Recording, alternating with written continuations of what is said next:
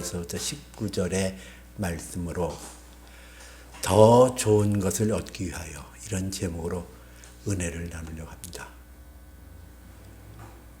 타잔이라는 영화 보신 적 있어요?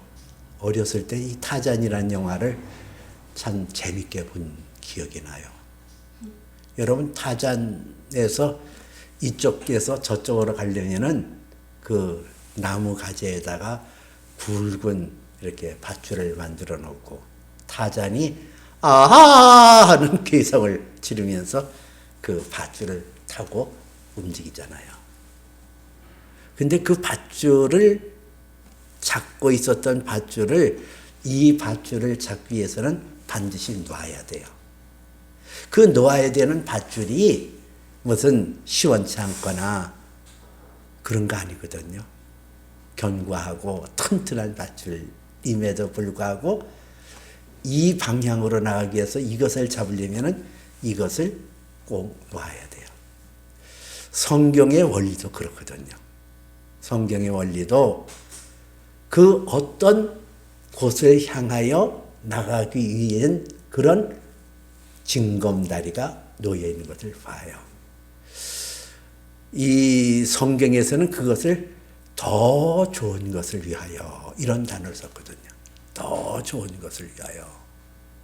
이 더 좋은 것이라는 단어가 신약 성경에 8번 나오거든요. 근데 그 8번 중에 7번의 더 좋은 것이 히브리서에 나와요. 이 더 좋은 것이라는 것은 헬라어로 크레이토토노스라는 단어를 쓰는데 이거는 비교급 형용사예요. 이것보다 이것이 더 우수하고 더 뛰어나다 할 때에 이 더 좋은 크레이토토노스라는 단어를 써요. 그러면 그 더 좋은 것을 뭘 말할까? 그리고 그 히브리서에서 더 좋은 것을 무엇을 가르치고 있는가? 히브리서에서는 더 좋은 구원에 대해서 얘기하고 있어요. 더 좋은 죄물에 대해서 얘기하고 있거든요. 더 좋은 제사장에 대해서 얘기하고 있어요. 더 좋은 율법에 대해서 말하고요. 더 좋은 소망에 대해서 말하고 있어요.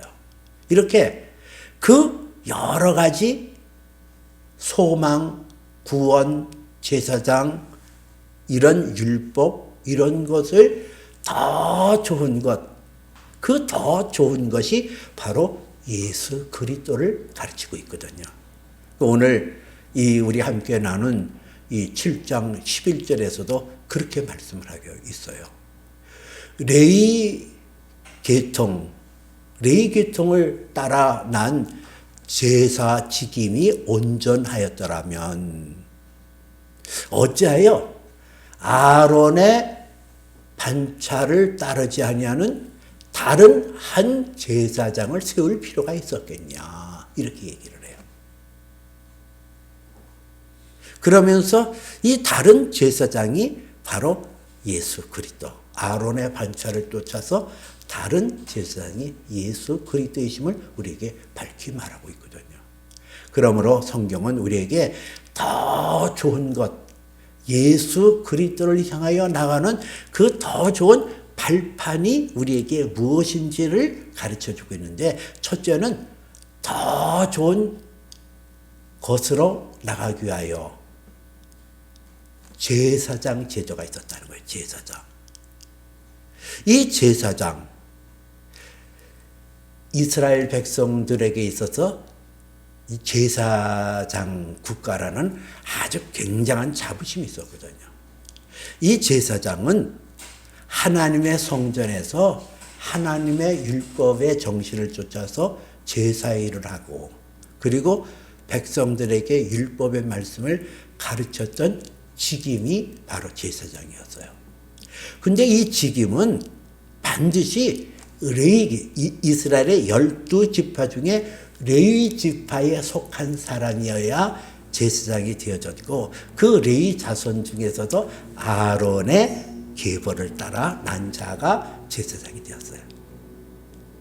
이 제사장은 하나님 앞에 부름을 받았기 때문에 성경 히브리서 5장 4절에서는 이 존귀는 아무나 스스로 취하지 못하나니 오직 아론과 같이 하나님으로부터 부르심을 받은 자라야 할지니라 그랬어요.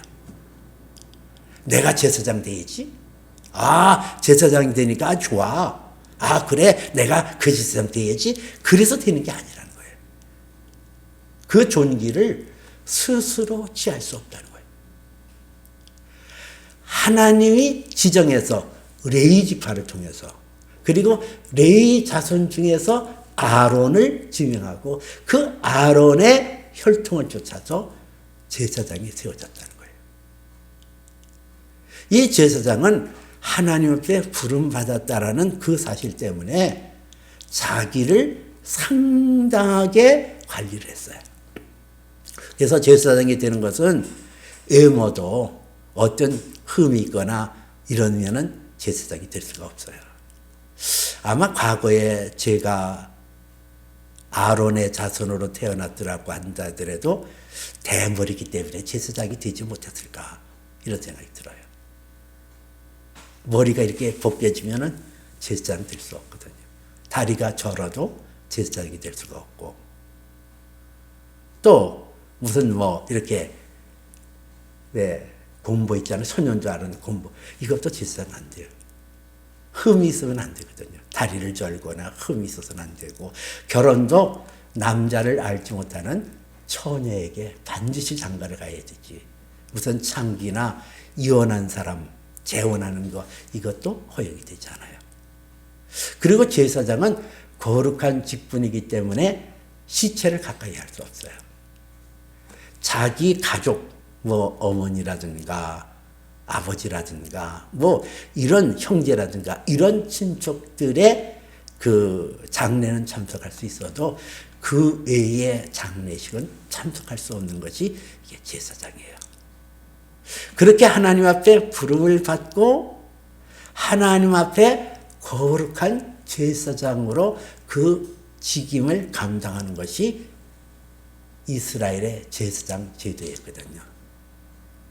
근데 왜 하나님께서 그 레위 계보를 따라 제사 직임이 온전하였더라면 어찌하여 아론의 반차를 따르지 아니하는 다른 한 제사장을 지목할 필요가 있었겠냐 그래요. 그 아론의 반차가 아닌 다른 반차인 멜기세덱 그 반차를 통해서 예수 그리스도가 나타났고 예수 그리스도는 유다 지파의 자손이었어요. 근데 왜 그렇게 다른 그 계파 그리고 그 계파인 예수 그리스도는 더 좋은 제사장으로 우리에게 나타났다는 거예요. 왜 예수가 더 좋은 제사장으로 나타났을까? 이 제사장이라는 것은 하나님 앞에 부르심을 받아야 된다 그랬잖아요. 이 예수 그리스도도 마태복음 1장에 보니까 그 동정녀 마리아에게 주의 천사가 나타나서 얘기하는 장면이 나와요. 내가 아들을 낳으리니 이름을 예수라 하라. 이는 그가 자기의 백성을 그들의 죄에서 구원할 자입니다. 이 예수라는 이름을 지명했다잖아요. 불렀다는 거예요. 예수 그리스도가 하나님의 아들로 이 땅에 오셨지만은 특별한 사명을 지니고 예수라는 이름으로 오셨고 그 이름을 붙여주셨고 그는 자기의 백성들을 죄에서 구원할 자입니다. 예수는 그리스도, 우리의 구원자예요. 그러면 예수 그리스도의 그 제사 직임이 왜 우리에게 중요한가요? 예수의 이름. 예수의 이름. 그분이 왜 더 좋은 제사장으로 우리에게 오셨을까? 성경은 그는 멜기세덱을 반차를 따라서 영원한 우리의 제사장이 되었다 그랬거든요. 과거에 그 제사장들은 수명이라는 게 있어요. 언제까지나 무슨 제사장하고 그런 게 아니거든요. 그리고 많은 제사장이 있기 때문에 이걸 쫓아서 나가기 때문에 얼마 그렇게 하지도 못해요. 이런 것이 제사장인데 우리의 제사장은 영원한 제사장. 근데 놀랍게도 그 영원한 제사장 대신 예수 그리스도는 그 제사장의 호칭을 우리에게 주셨다는 거예요. 우리에게 그 예수라는 더 좋은 제사장의 직분을 가지신 그 예수라는 호칭을 우리에게 주셔서 예수 안에 우리가 부름을 받고 예수 안에서 우리는 그리스도입니다. 성도라는 지칭을 받았어요. 예수 그리스도가 영원한 제사장으로 하늘에서 우리를 위하여 기도하시는 그 사역을 멈추지 않은 것처럼 그 예수의 이름이 우리 안에 들어오므로 우리는 하나님의 거룩한 존재로 세움을 받는데 그것이 영원성이 있다는 거예요. 우리가 예수 그리스도를 믿어서 그분이 우리의 자기의 몸을 들여서 제사장들은 짐승의 피를 가지고 매년 그리고 수시로 자기와 백성들을 위하여 그런 제물로 제사를 드렸다고 한다면 영원하신 우리 주 예수 그리스도께서는 당신의 몸을 제물로 드려서 거룩하고 흠도 없고 순결하신 그 당신의 몸을 제물로 드려서 단번에 드려서 더 이상 제사가 필요 없는 제사장이었고 그래서 우리는 예수의 이름으로 하나님 앞에 죄를 고백하면 우리의 죄를 사함받을 수 있고 그 예수의 이름으로 내 말이 너희에게 거고 너희가 내 안에 거면 무엇인지를 원하는 대로 구하라. 그 예수의 이름으로 구할 때 응답받게 하는 축복을 우리가 얻을 수 있었다는 거예요. 그러므로 예수 그리스도는 더 좋은 제사장의 직임으로 그 직임을 통하여 우리는 그분과 더불어 하나님을 섬기고 하나님을 예배하는 예배자가 될 수 있고 그 이름으로 거룩함이 우리에게 왔다는 거죠. 더 좋은 것, 예수 그리스도의 제사장 직임. 둘째는 더 좋은 것을 얻기 위하여 하나님께서는 율법이라는 징검다리를 세워놓으셨다는 거예요. 이 제사 제도가 바뀌었 것 같이 우리의 율법도 바뀌었다고 그러거든요. 그 율법이라는 것, 그 온전한 거예요. 하나님께서 모세를 시내산으로 불러서 미리 준비해간 돌판에 하나님께서 친히 십계명을 적어 주시고 그 하나님께서 나온 거기 때문에 완전하잖아요. 빈틈이 없잖아요. 철저하잖아요. 근데 그 율법이 제사 제도가 바뀌었든지 그 율법도 바뀌어졌다. 그렇게 얘기하고 있었거든요. 이 율법. 이 율법을 토라라고 부르는데요. 그 토라의 모든 율법을 이스라엘 백성들은 613개로 분류해 놨어요. 그래서 뭐뭐 하라 하는 것을 246개 그리고 뭐뭐 하지 마라 하는 부정적인 계명을 365개 그래서 246개는 우리 신체 부위의 것들이 246개로 되어 있다고 그들은 주장하고 있어요. 그리고 365는 1년 365를 상징하고 있거든요. 그러므로 우리의 모든 전심을 기울여 1년 내내 하나님의 계명을 지키고 그 계명을 온전히 순종하는데 너희의 마음과 뜻을 바쳐야 된다. 그렇게 얘기하고 있거든요. 근데 이렇게 거룩한 율법이라 할지라도 그 율법 안에서 우리가 자유를 얻거나 율법 아래서 우리가 하나님을 더 가까이 나갈 수가 있겠냐? 아니라는 거예요. 율법은 거룩한 거죠. 하나님께서 주신 것이요, 하나님의 뜻이 있고 그 율법 안에는 하나님의 거룩함이 담겨져 있고 하나님의 온전함이 담겨 있거든요. 그런데 그 율법에 매여서 하나님을 가까이 못하는 거예요. 그 율법이 우리에게 죄책감을 알려줘요. 그래서 로마서 7장에 보면 바울 사도가 고백하는 것이 있어요. 우리가 율법은 신령한 건 줄 알거니와 나는 육신에 매여 죄에 빠져들었다. 그렇게 고백을 하거든요. 이게 무슨 말이에요? 율법은 신령한 거다. 영적인 거다. 하나님께서 나온 거룩한 거다. 그런데 나는 육신에 매여서 죄에 빠져. 율법을 보니까 예전에 내가 알지 못했던 것들이 이게 죄네. 어떡하지?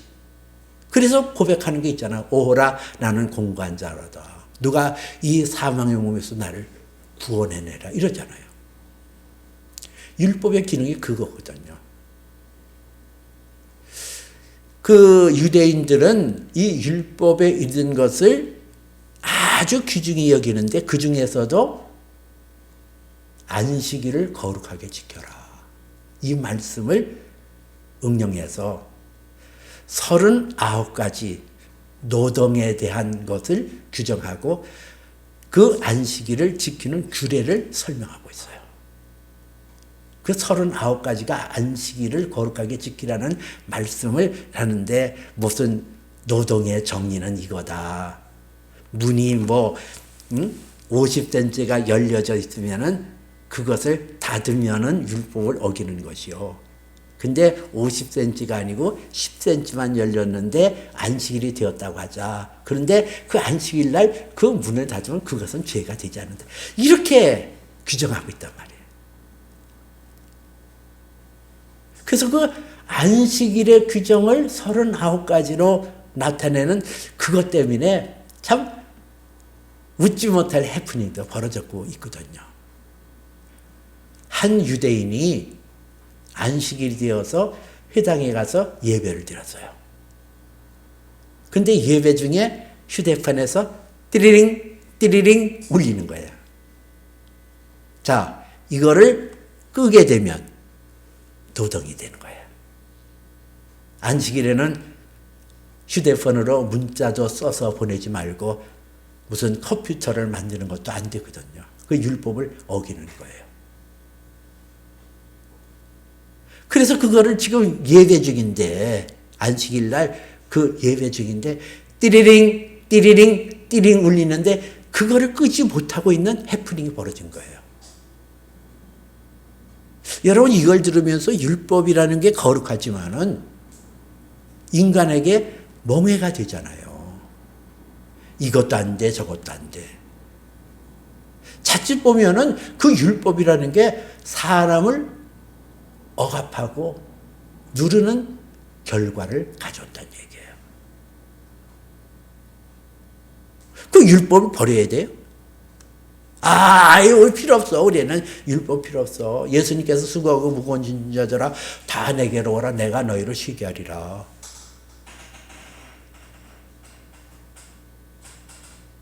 그런 사람이 있거든요. 율법 폐기론자들. 이 율법이 뭐 필요 없어. 예수 믿는 것만 중요하지. 그게 아니에요. 율법이라는 온전하고 튼튼한 그 돌의 받침이 있기 때문에 그걸 딛고 율법의 완성자이신 예수 그리스도, 더 좋은 그분, 그 예수에게로 나갈 수 있는 근거가 되어지는 거예요. 율법으로 말미암아 내가 의롭다 되는 것이 아니라 오직 예수 그리스도의 피로 말미암아 내가 죄사함 받고, 나의 행위로 말미암아 죄사함 받는 것이 아니라 예수 그리스도의 십자가의 공로로 내가 죄사함 받아 하나님의 자녀가 되어졌다는 사실을, 그 진리를 확고하게 해주는 것이 율법의 기능이거든요. 율법으로는 내가 이 죄에서 벗어날 수 없는데, 그래서 성경은 우리에게 말씀하시기를 너희가 율법이 전에는 몸 밖에 있었어요. 그러나 하나님의 성령으로 너희 마음판에 이 말씀이 기록되어졌다 그러거든요. 율법이 내 안에 성령을 통하여 내 안에 들어와 있는 거예요. 내 노력 가지고 하나님의 말씀을 지켜서 하나님의 뜻을 쫓아 온전함을 이루는 게 아니에요. 율법이라는 것은 이 말씀을 지키려고 하면 이게 흔들려버리고 이걸 붙잡으려고 하면 이게 흔들려버리고 이게 율법이거든요. 그런데 하나님의 그 온전한 율법, 하나님의 생명의 말씀이 성령을 통하여 내 안에 들어오니까 그 성령 안에서 하나님의 말씀이 하나씩 이루어지도록 하는 거예요. 율법의 정신이 뭐예요? 율법의 가장 핵심은 내가 온전하니 너희도 온전하라. 내가 거룩하니 너희도 거룩하라. 그거예요. 그런데 내 힘으로 하나님의 온전함이 이루는 것도 아니요. 내 노력 가지고 하나님의 거룩함이 이루는 것도 아니라 내 안에 성령이 내 안에서 하나님의 말씀을 불러일으키고 그 말씀이 한 절 한 절 내 안에 흘러들어서 그것이 성취되어 하나님의 뜻이 하늘에서 이루어진 것처럼 내 안에서도 이루어지게 된다는 거예요. 그러면 하나님의 율법의 말씀이 더 좋은 것 되시는 예수 그리스도로 말미암아 어떻게 우리에게 이루어질까? 마태복음 23장에 보니까 주 너희의 하나님을 마음을 다하고 목숨을 다하고 뜻을 다하여 내 주 하나님을 사랑하라 하였으니 이것이 더 큰 계명이요 둘째도 이와 같으니 내 이웃을 내 몸같이 사랑하라 하셨으니 이는 선지자들의 강령이요 율법의 말씀이다. 이렇게 얘기를 해요. 하나님의 말씀을 압축하고 그 말씀의 엑기스, 말씀의 정수, 그것은 하나님을 사랑하고 이웃을 사랑하는 거예요. 여러분, 사랑이라는 거는 여러분 생각하기에는 내가 사랑할 수 그거는 가짜 사랑이에요. 내 노력 가지고. 하나님의 사랑이 내 안에 흘러들어와야 돼요. 하나님은 사랑이거든요. 하나님의 사랑이 성령을 통하여 내 안에 들어와서 하나님은 사랑이라. 이거를 깨닫게 하는 것도 성령의 역사이거든요.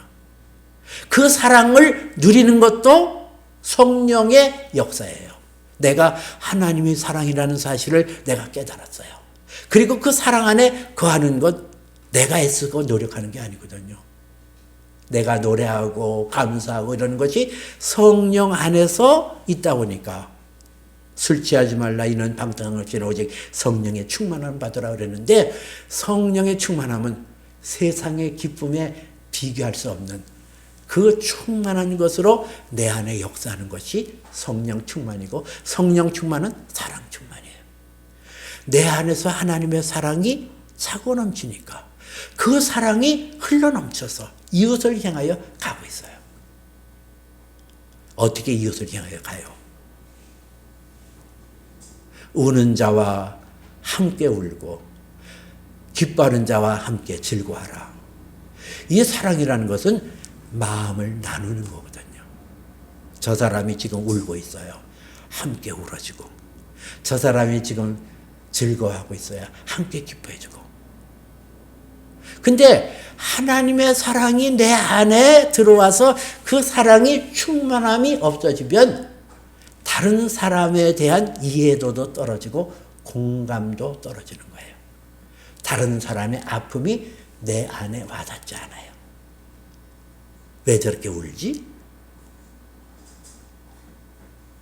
왜 저렇게 인상을 찡그리지? 와닿지 않는다니까요. 근데 하나님의 사랑으로 내 안에 역사하시는 성령이 내 안에 충만하게 되어지면 그 성령이 다른 사람을 보듬을 수 있는 힘이 생겨요. 여러분, 어떤 사람이 나를 사랑한다고 느껴요? 저 사람에게 가면은 내 마음이 편해. 저 사람에게 가면은 내가 말을 하면은 내가 말하는 그 감정을 읽어준다니까.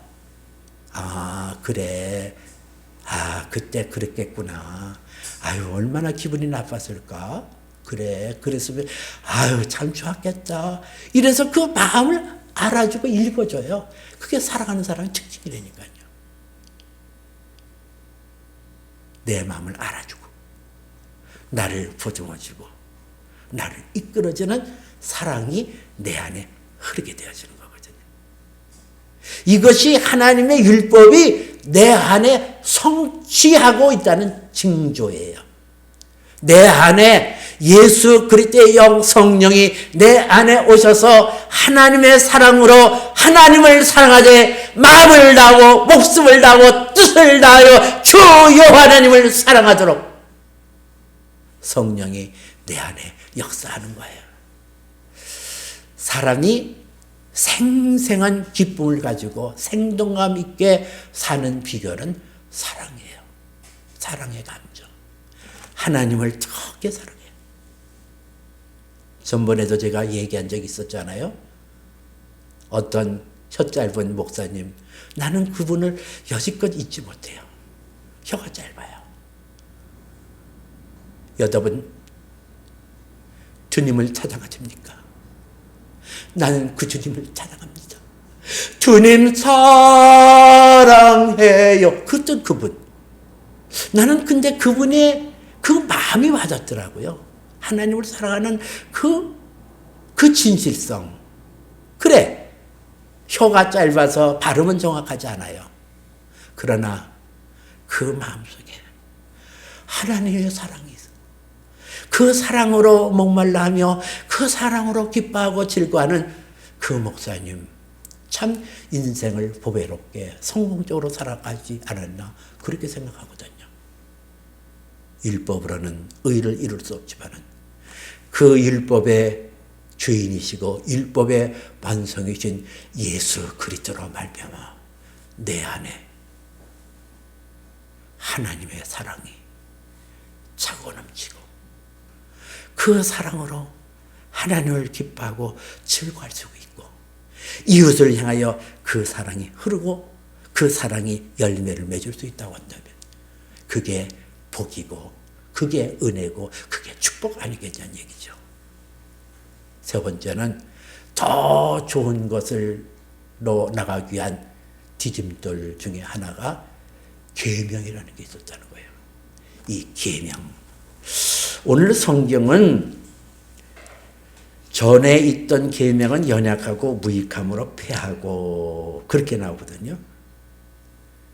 그리고 16절에서는 그는 육신에 속한 한 계명의 법을 따르지 아니하고 오직 불멸의 생명의 능력을 따라 되었느니라 그랬어요.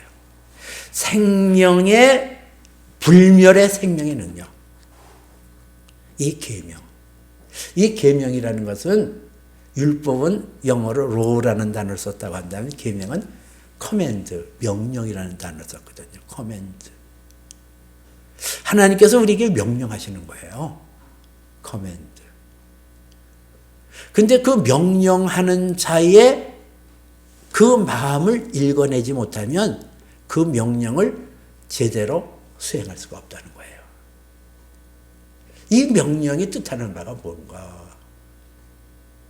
그런 실수 중에 하나가 고르반 제도라고 예수님 말씀하셨거든요.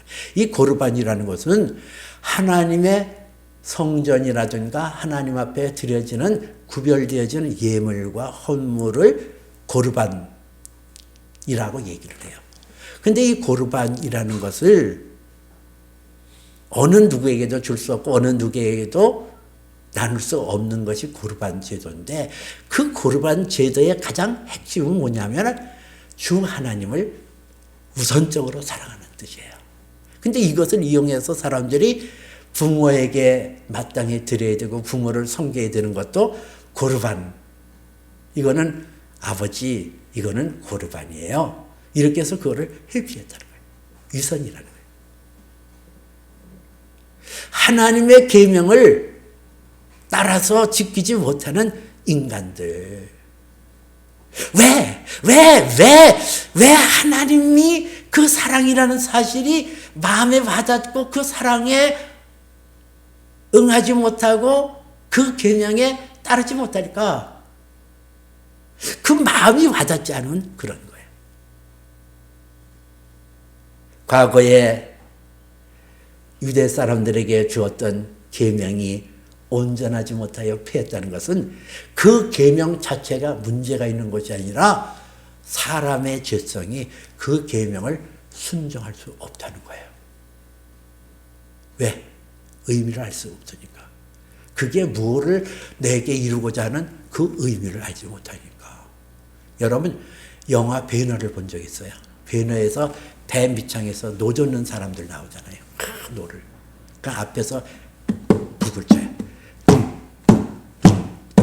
천천히. 둥둥둥둥둥 막 치면 빨리. 근데 그 노예들이 그 북소리의 장단에 맞춰서 노를 쥐어가는데 이 배가 왜 가는지, 어느 방향으로 가는지 전혀 알지 못했다는 거예요. 이 하나님의 말씀, 하나님의 계명, 명령도 그 의미를 깨닫지 못하면 이런 결과를 맺거든요. 어디로 가는지, 이 계명이 뜻하는 게 뭔지. 그래서 그걸 지킬 수가 없는 거예요. 그런데 성경은 예수님께서 요한복음 15장을 통하여 우리에게 말씀하시기를 내가 너희를 종이라고 부르지 아니하였다. 종은 주인이 하는 것을 알지 못하였거니와 나는 너희를 친구라고 불렀나니 내가 내 아버지에게 들은 말을 다 너에게 전하였습니다. 놀라운 말씀을 하는 거예요. 예수 그리스도께서 너와 하나님의 관계가 위에 창조주와 피조물로만 존재하는 것이 아니라 나는 더 좋은 것, 계명의 징검다리를 삼아 더 좋은 예수 그리스도가 나의 친구가 되어졌다. 하나님의 아들이 나의 친구가 되었어요. 친구 대신 그 예수 그리스도가 아버지께서 내게 들려준 말을 다 너에게 알게 하였다. 친구 되신 예수 그리스도로 말미암아 우리는 하나님의 말씀이 내게 들려질 때 그 계명의 뜻을 알아요.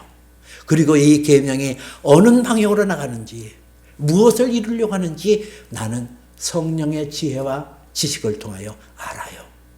그 말씀이 오늘 19절에 나와 있어요. 이에 더 좋은 소망이 생기니 이것으로 우리가 하나님께 가까이 가느니라. 우리의 소망이 예수 그리스도로 말미암아 하나님께서 이 말씀을 하신 것은 하나님께 더 가까이 나가는 소망을 이루게 하려 합니다. 소망이 커지고 있어요.